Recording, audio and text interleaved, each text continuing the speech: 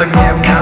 บ่อยๆไม่จริงไม่เลยยังไม่เคยจะไปหาใครๆที่อยากไปคิดอะไรก็อยากให้รู้เอาไว้ก่อนนั้นเธอจะทำอะไรเธอใจถึงสปอนตอนนี้เธอจะทำอะไรใจหายตลอด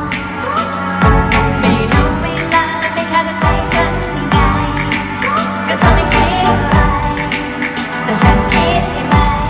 โอ้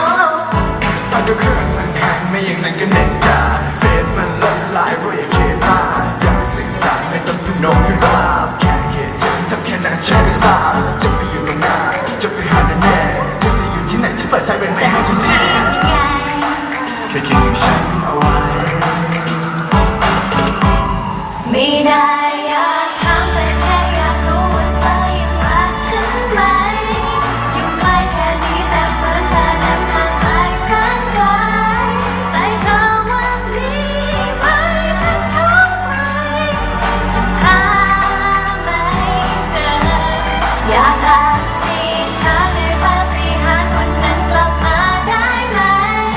มีเธอมีฉันไม่ว่าเรานั้นจะอยู่ที่ใดอยากหลับตาดูมันตาเมื่อไรก็มีเธอช่วยดูแลกัน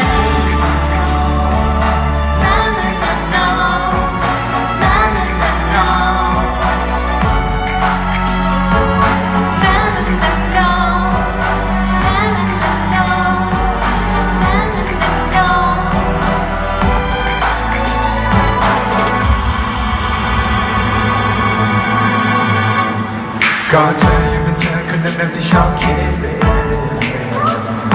และเธอยังเป็นเธอคนเดิมๆที่ง้อไม่เก่ง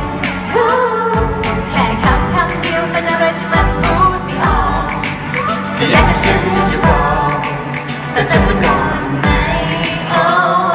พอตัวเครื่องมันแห้งไม่ยังไงก็เน็ตกาแล้วก็เฟซมันลบละลายด้วยอย่าคิดมากอยากสื่อสารไม่ต้องถึงน้องพี่บ้าแค่คิดถึงจำแค่นั้นฉันก็ทราบจะไปอยู่ตรงไหนจะไปหาที่ไหน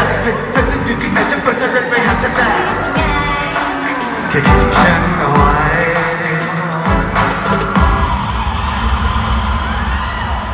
ไม่ได้อยาก